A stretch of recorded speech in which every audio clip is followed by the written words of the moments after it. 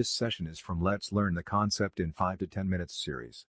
This 5 minutes videos will help in case you are going for interview and need to go through and brush up the concept quickly.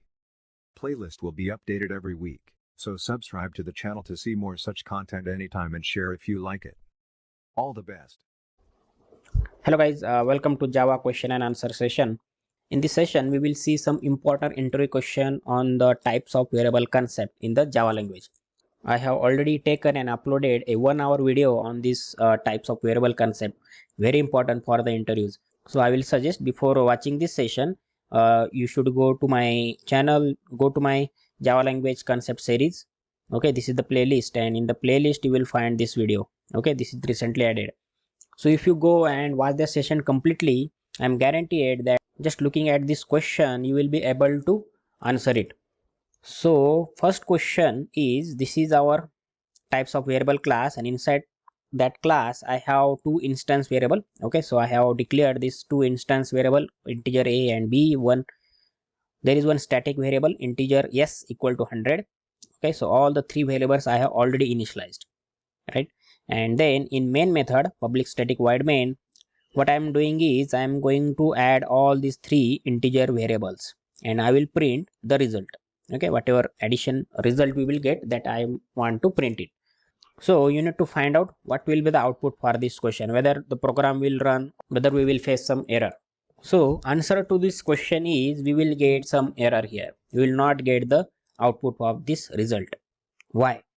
See here, we have declared these two integer variables, integer a and b. These are the instance variables, right? And one is the static variable. So in case of instance variable, we know the instance variable we cannot access directly inside a static area. So this is our static area, public void static main. So inside a static area, without you creating the object, you won't be able to access the instance variable, right? So first you will need to create the object reference, and you, with the help of that object reference, you can access the instance variable. Okay, so you cannot access these two a and b in this static area, and that's why we will get the error. Okay, so let's go and see in the Eclipse also, and let's see after running what error we will get.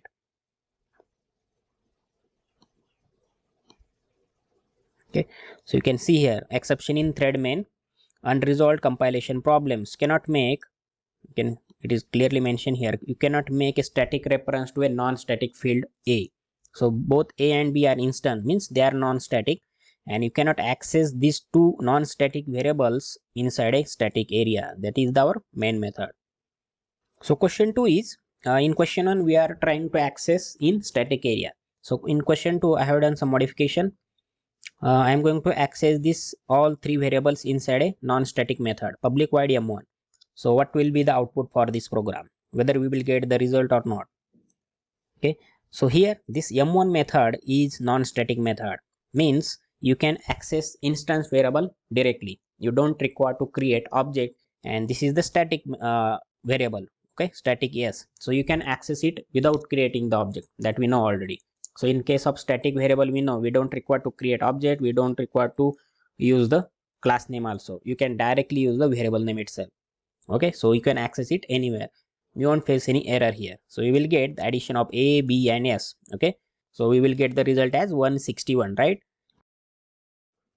So let's run this, and the Java application, we got the result in m1 method is 161, right?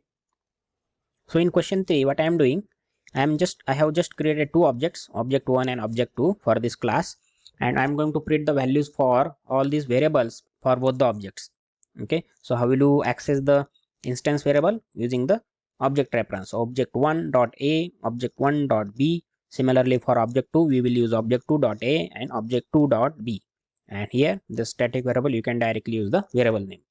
So if we run this, okay, so here we will get the output 11, 50 and 100, the value of a, b and s. So in question 4, what we are doing, I have changed the values of a and b, both instance variable values I have changed to 22 and 60, and then I'm going to print values for both the objects. So will it affect all the objects, or will it affect only object 1, right? So these objects are instance variables. So if you change the values of instance variables, then that values will be changed to that particular object only. Okay, that we have already seen in the types of variable session. So that's why I'm saying go and watch that 1 hour session completely. You won't face any issue to answer this type of question in the interviews. Okay, so here what output you will get? So here we got the A, B and S values, right? So here we got the 11, 50, 100, right? So here for object 1 and object 2, both for both places we got this output. So for this, what we will get for object 1 A, B. So current values are 22, then 60, and then S value. So S is static, so it will remain same unless and until we change it. So it will remain to 100. And for object 2, there won't be any changes in values of A and B. It will be as it is. So we will get the same output as the question 3. 11, 50, 100. So let me run this once. So you can see here, previously we got this same output, but after changing the values of A, B, we got the different output for object 1 and different output for object 2. Okay, maybe here I need to write object 2.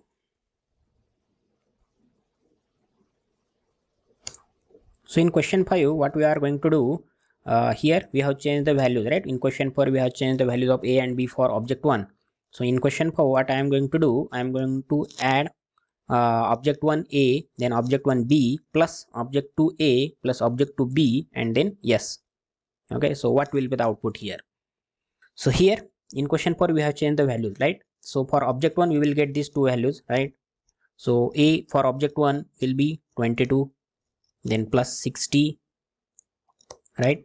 Then for object 2 the values will remain same. Whatever values you have defined here, it will remain same. So 11 and 50.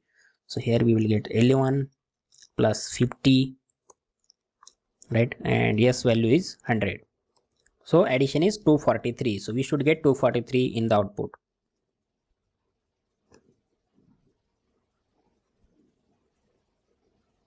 Okay, we got the correct output.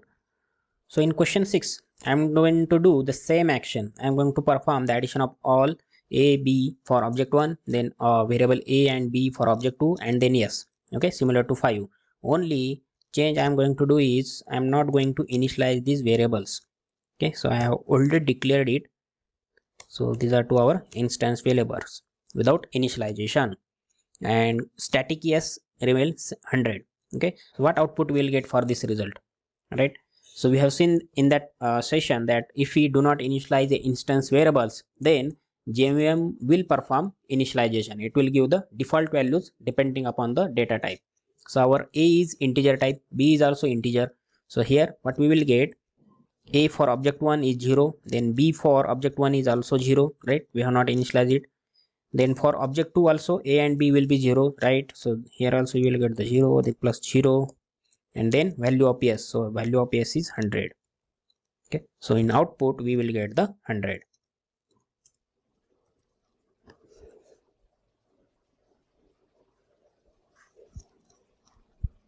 I think I have not commented is, yeah, so in here we have changed the value of A and B, that's why we got the wrong answer.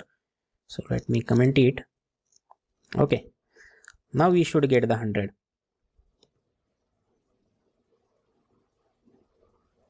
Okay, you can see here. So if you not initialize any instance variable, then JVM will perform default values depending upon the data type for that variable. Okay, so same will be applicable for static also. So if you have not initialized the static variable as well, then JVM will perform initialization for that object also. So here we will get the 0, okay, as output. So if we run this now, okay, we got the 0. And in question 7, I am accessing this static variable S with the help of object reference. Okay, so static variable will be same, values will be common for each and every object for that class. For object 1, S will be 100, and object 2 also value of S will be 100. So here we will get 0, A and B for both objects are 0 as we have not initialized, and then here we will get 100 for A and same for object 2. So value of static variable will be common for all objects, and if I change the values for static variable, then it will affect all the objects.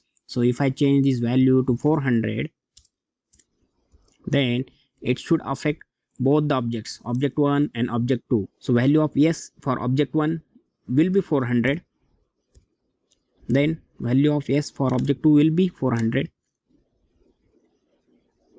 Okay, we got the 800. Okay, so that is the concept. Static variables, if we change the value, then it will change for all the objects.